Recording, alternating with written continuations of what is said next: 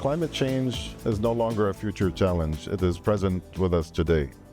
While many efforts across the globe have focused on mitigating global warming or setting net zero emission targets, climate change needs to be adapted in our businesses, in our society, and as humans. There must be measures to adapt to climate change today. And these measures need to be complemented by mitigation measures and as well as advancing resilience measures as well. Joining us today to talk about this topic is my dear colleague, Dr. Albert Meige, who is also the Global Director of the ADL Blue Shift Institute. He has recently published a report entitled We're Doomed, Now What?, that focuses on the need for adaptation as climate change takes its course on humans and businesses and governments at large. Dr. Meige, great to have you with us. Let me start by asking you a question around challenges associated with adaptation to climate change. What are they, and if you can give some examples? Yeah, thanks a lot, Raymond. I'm very pleased to be with you today. And as you said, climate change mitigation is still a very important topic. It's a key topic.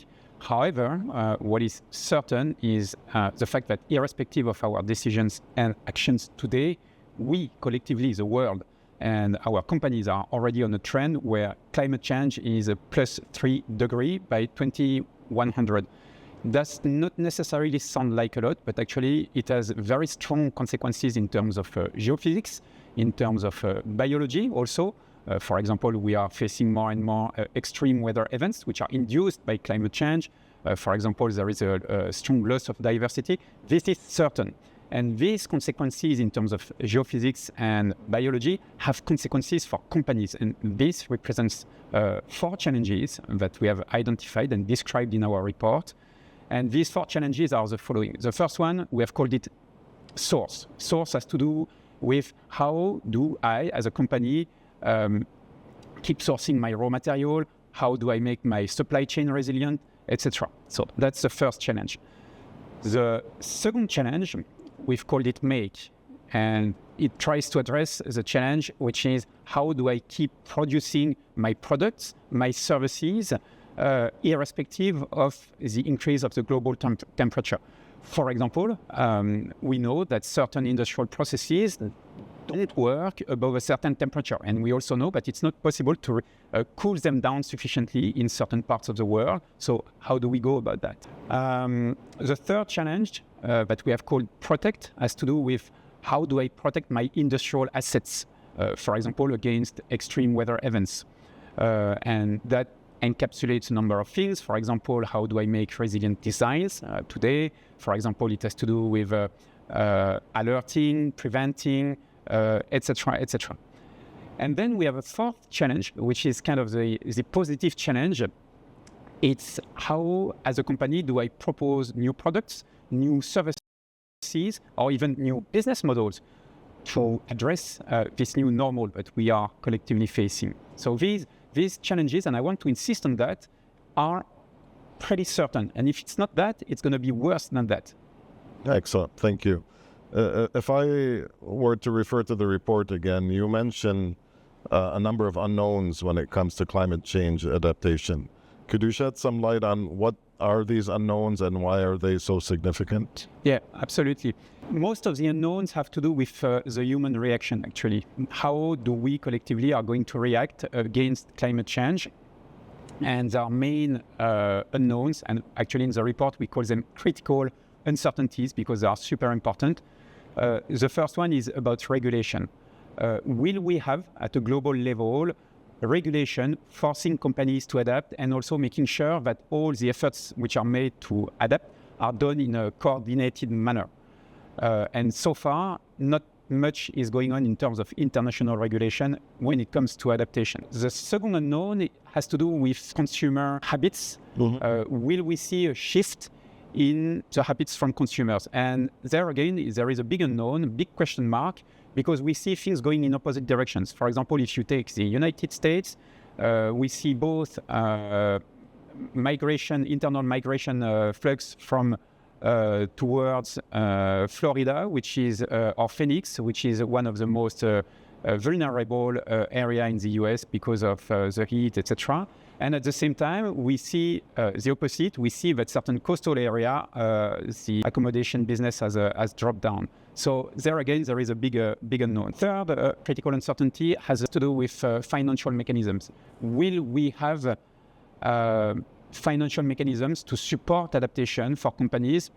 So far, 95% of the financial mechanisms are injected into mitigation, which is super important, as I said, but we also need to support adaptation. And only 5% of the finance today is going towards that. And then the fourth critical uncertainty has to do with what we have called in the report competitive pressure. The question which is here is, will we see companies, major companies, leading the dance, showing the way? When it comes to mitigation, we have seen certain companies, for example, Apple, imposing to its whole value chain efforts to reduce their impact on the planet and on the climate. So this has worked, and this has an impact on mitigation. The question is, will we see the same kind of things on adaptation? There again, we have a big question mark. So these are the four critical unknowns. Great. And the line of unknowns, given these uncertainties, how should companies approach addressing these unknowns as associated with climate change adaptation? So it all comes down with something that we are very familiar with at RTD Digital. It's how do I build strategies in an uncertain environment, and something that we love putting into practice, and that we have put into practice in our report, is an approach which is called scenario-based strategy. Mm-hmm. So basically what we are doing is we are playing with the critical unknowns, and we combine them together, and we try to build various future scenarios. So for this report that we have recently published, we came up with 5 possible future scenarios. My personal favorite, because I find it quite interesting, even though it could be a little bit alarming, it's a scenario that we have called Wild Green West. It's a scenario in which everything that is certain is happening, and regarding the critical uncertainties, it's a world in which we have a lot of money to finance adaptation for companies, and at the same time, there is no international regulation. So it leads to very strange situations where you can have solutions which are implemented by various players, and these solutions are incompatible and may lead to kind of absurd situations. Excellent.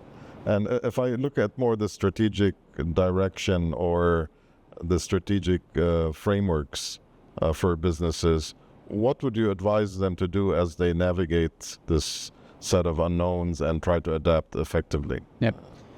So we have these 5 possible scenarios. We don't know which one is going to be the real one. And actually, it might be local, depending on where you are on the surface of the planet. When you want to implement these adaptation strategies, you need certain technologies. The bad news is that there is a very, very large number of enabling technologies supporting these adaptation strategies. The good news is that depending on the scenario that you choose, depending on the industry in which you are operating, you will focus on certain of the challenges that I mentioned earlier. And depending on these challenges, it will allow to focus on very specific technologies. That's one part of the answer. The second part of the answer is that irrespective of the 5 scenarios that I have mentioned, there are a number of what we have called no-regret moves, i.e. technologies or technology families that will be relevant irrespective of what happens in the future.